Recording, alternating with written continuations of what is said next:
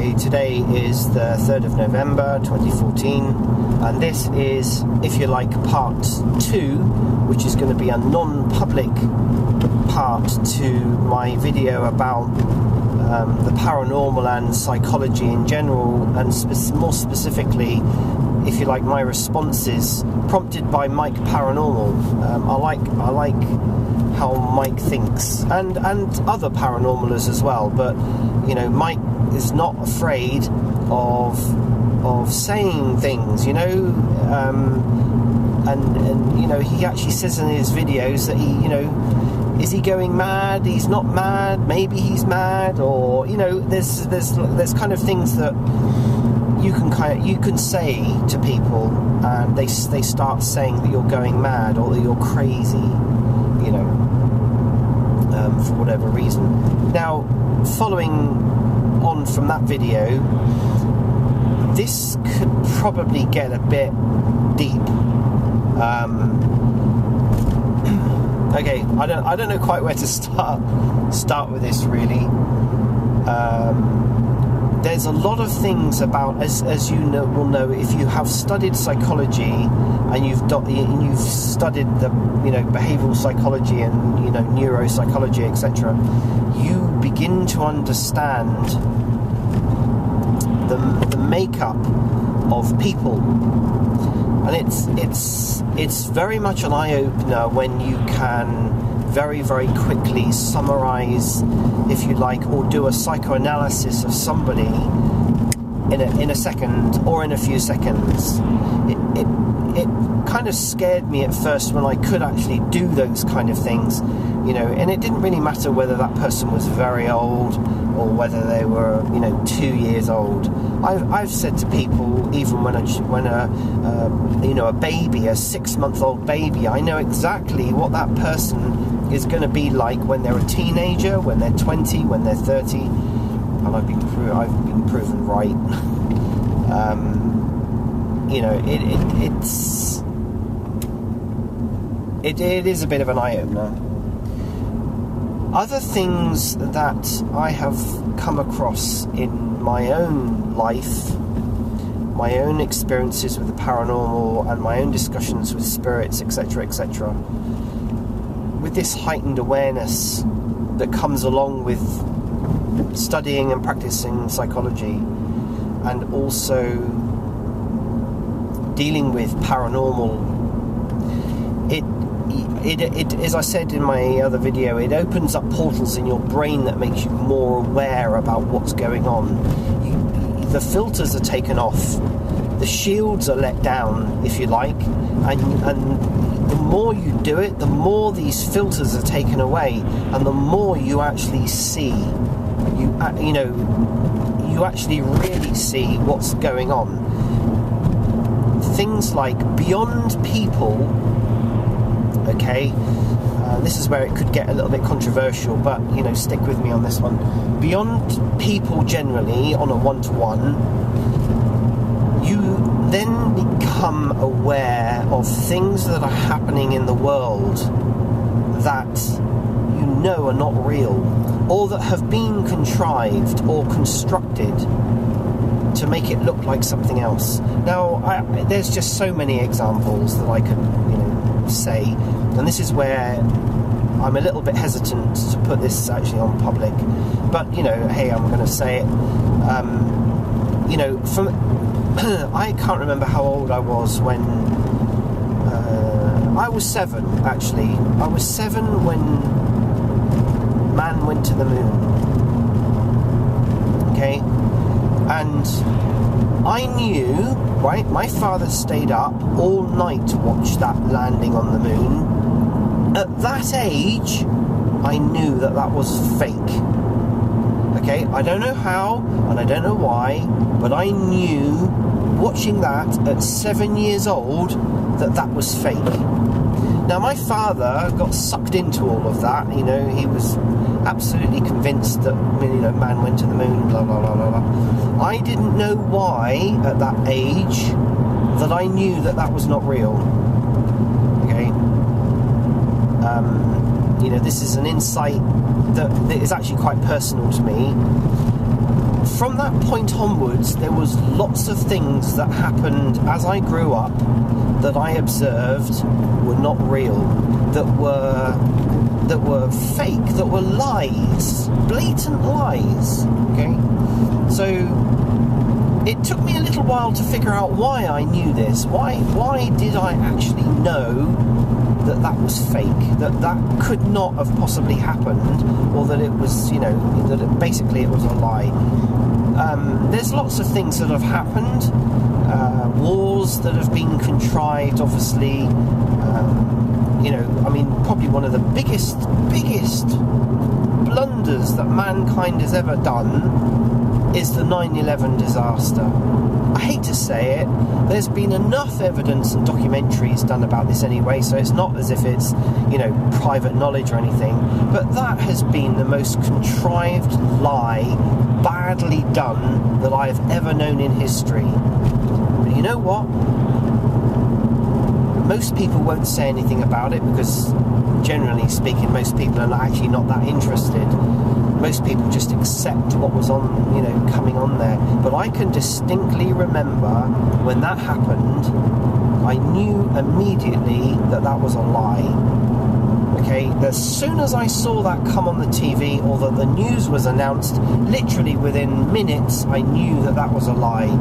And hey presto, several years later, I've been proven right. So it is a bit scary. There's lots of other things that you become aware of, and these are the things, if you like, that I know that my paranormal is possibly a little bit, this is what he's touched on, this subject about where you start thinking that you're going mad. Well, you're not going mad, okay? You're not going mad, Mike. And I would say to anyone that's got access and privilege to this video, is you're not going mad. Your sense of awareness has become a lot higher than most other people. Your subconscious is allowing you to take information in and see it for real, to see it for what it is. It's not just being, going into your conscious mind, your conscious brain, and being absorbed. Your subconscious, the subconscious part of your brain, is letting you know what is really happening. And other parts of your brain are obviously all linked, and they're verifying. All the time. I know my brain verifies everything all the time. In my first reaction to everything is I don't believe it, and then my brain has to keep convincing me that, and I let my brain do it. I ask the question, I get the answers. I ask the question, I get the answers, and I'm proven right. Verification is what we keep doing when we do paranormal investigations. Why do we keep doing it? Because deep inside ourselves, or I keep pointing to my heart, but our brain is saying this is not real, it's not happening, it's not real. We're conditioned this way. We're brought up as babies like this. We are conditioned to think this is not real, this is not right. As long as you're aware that is what your brain is doing, and that is, if you like, the conditioning of society that we live in, and we don't let that take hold of us and control us, we are allowing our brain to work out what the truth is. And this then obviously, comes out, and your brain then starts to accept that this is okay. It allows you, in a way, or you allow your brain to actually tell you the truth. Okay? I know this sounds really weird, but this is the reality of what's actually happening to people. They don't want to hear the truth. They don't want to hear that spirits exist. They don't want to hear that 9/11 didn't really happen and there wasn't a reason behind it. So it as I say, I'm using the term heightening of awareness because I think it's very apt to, it's very applicable to this conversation, really. Sorry, I'm going to park up because I've come to this town a little early and I've got a few minutes to finish off this video. So I'm going to park up and make it safer. Another subject that does actually come into this as well, and you know, you want to accept this or don't accept it, it's up to you, but and it does actually relate to the paranormal side of things, I think, anyway. And again, I've known this for, you know, since I was quite young. You know, this whole, let's call it the UFO phenomena, you know, the whole sort of spirit world, UFO, aliens, you know, all of these kind of things, you know, abductions and, you know, all that side of it, okay? This is my take on what I think all that's about. I've always known, again, from a very early age, that we have people on this planet that are not from this planet, okay? That's how I'm going to word it. So where they've come from, you know, is not here. I also believe that there are creatures or, you know, beings, if you like, on this planet that can transform, can shapeshift. You know, I mean, you only have to study history. I study a lot of history in my lifetime, cultural history, archaeological history, and all of those things, with a kind of a psychological twist to them as well. But, you know, civilizations who have been here on this planet and that have been actually quite alien to what we really know existed. And those civilizations have been wiped out or, you know, died out or what, for whatever reason. So I'm going to say something now, okay, that you may or may not agree. We talk to people in the spirit world, okay? These are beings or entities that, you know, that exist. They do exist, they are there. We don't know really quite how we're communicating with these spirits, other than we can use modern technology, you know, to communicate with them. Whereas before, you know, hundreds of years ago or thousands of years ago, people would have to be a channel. You know, they like had a gift to be a channel, and they were the ghost box, if you like. Their brain was the ghost box, and they used to use drugs and such like to actually open up portals in their brain to allow these messages and such like to come through. So they were like acting as the antenna. Nowadays, we've got lots and lots of technology. We use ghost boxes, radios, baby monitors, you know, all of these kind of things that we can actually use. And we're able to communicate so much easier. Anyone can communicate. As Mike Paranormal has actually said, anyone nowadays can communicate with a spirit. You know, but hey, do we really know who we're talking to? Do we really know? I've mentioned this in a previous video before. You know, the psychology and the personalities of people who have lived before. You know, people lie. People lie. And we don't know also whether entities from other planets or not actually of this earth, we don't know whether they're messing around with us, you know. It's difficult to know. I mean, it is very difficult. Hence, my point being to this particular bit is why we keep asking for verification, why we keep asking questions all the time. You know, who knows more about themselves than the person themselves? Sometimes, though, people are very good at lying. And who's to say that that's not being carried over to the spirit world?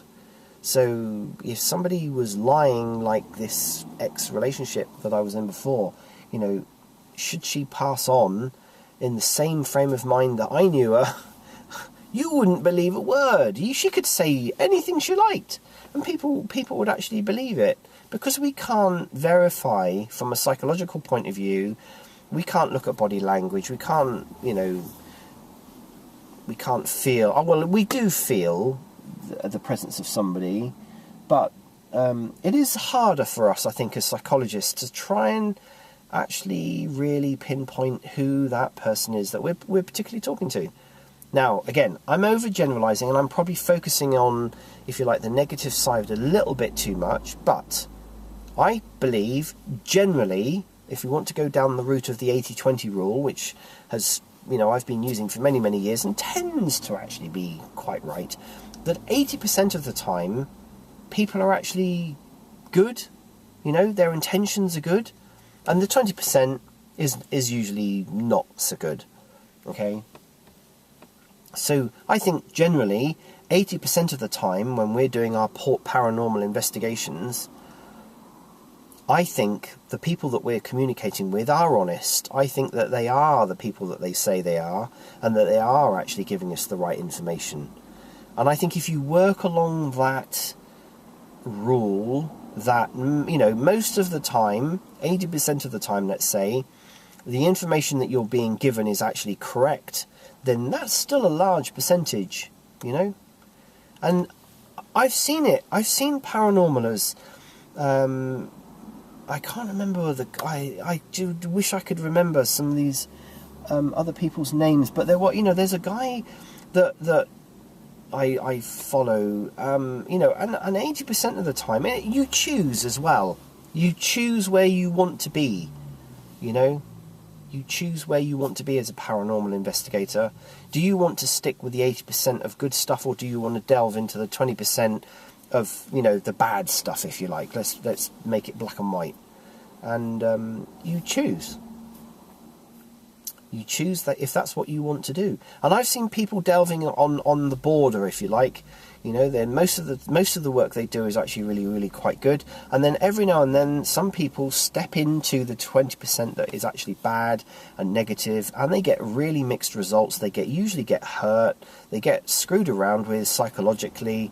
And that's the area where I think you then start to, you go mad. People delve into that area too much. You do start going mad because you lose your belief system, about the other 80%,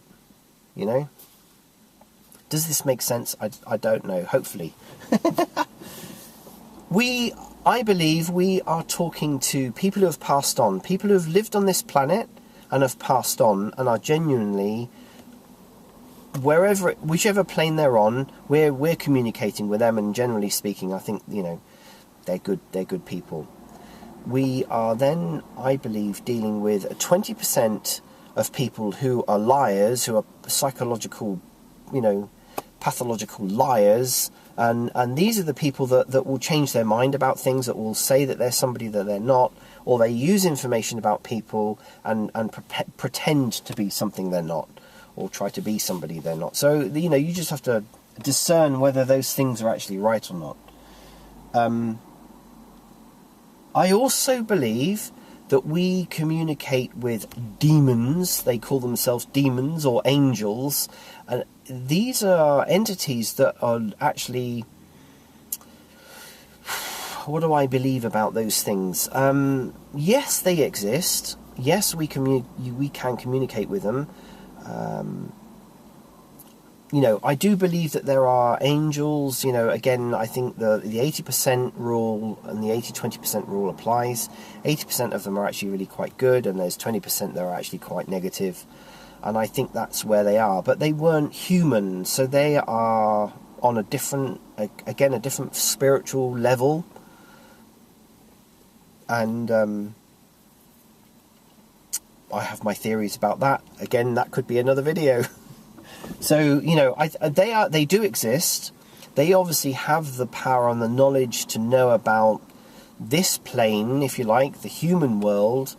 And they're able to communicate with us.